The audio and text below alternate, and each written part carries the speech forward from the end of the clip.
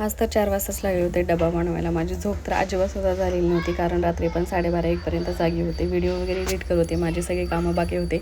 त्याच्यामुळे मला वेळ झाला होता झोपायला आणि मग लगेचच 4 वाजता उठावं लागलं. मग मिस्टरांना द्यायचा होता डब्बा म्हणून, कारण त्यांना लवकर जायचं होतं 5 वाजेपर्यंत आणि 1 तास अगोदर तरी निदान डब्बा झाला पाहिजे ना. तर त्याच्यामुळे माझ्या इकडे सगळी तयारी चालू होती. बटाट्याची भाजी बनवली, चपाती बनवली आणि मग त्यांचा मस्त डब्बा भरायला घेतला होता. आणि आज डब्यामध्ये भरपूर सारे ऑप्शन पण होते, म्हणजे भाजी आणि चपाती तर होती आणि त्याचबरोबर जे सॅलड असते ना तर ते पण होतं. आमच्या घरात ना कच्ची मटकी खूप जास्त आवडते.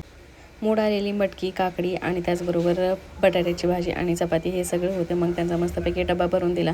त्यांची आंघोळ वगैरे झाली होती आणि त्यांनी तिकडं रेडी व्हायला लागली होती. मी इथं डबा भरला आणि त्यांच्या बॅगेमध्ये ठेवला आणि टेबलावर नेऊन ठेवला. त्यांना जेव्हा जायचं तेव्हा ते डबा घेतात आणि मग जातात. माझं आणखीन सगळं काही काम तर राहिलेलंच होतं. आज आता थोडंसं लवकरच आवरणार आहे काम माझं सगळं, कारण सकाळी लवकर स्वयंपाक झाला ना मग सकाळचे कामं पण लवकर आवरतात. पण मी इथं त्यांच्या फक्त डब्यापुरत्याच चपात्या बनवल्या होत्या आणि बाकीचं जे पीठ आहे ना ते सगळं झाकून ठेवलं होतं, कारण ते 8:30-9 वाजता बनवायच्या आमच्या सगळ्यांच्या चहाच्या टायमिंगला, कारण आम्हाला चहा चपाती लागती म्हणजे दररोजच. तर इथं मिस्टर तयार झाले होते, आंघोळ वगैरे झाली होती त्यांनी आणि आता इथं रेडी झाले होते जाण्यासाठी. त्यांनी गेले आणि नंतर मी जाऊन थोडा वेळ झोपले होते.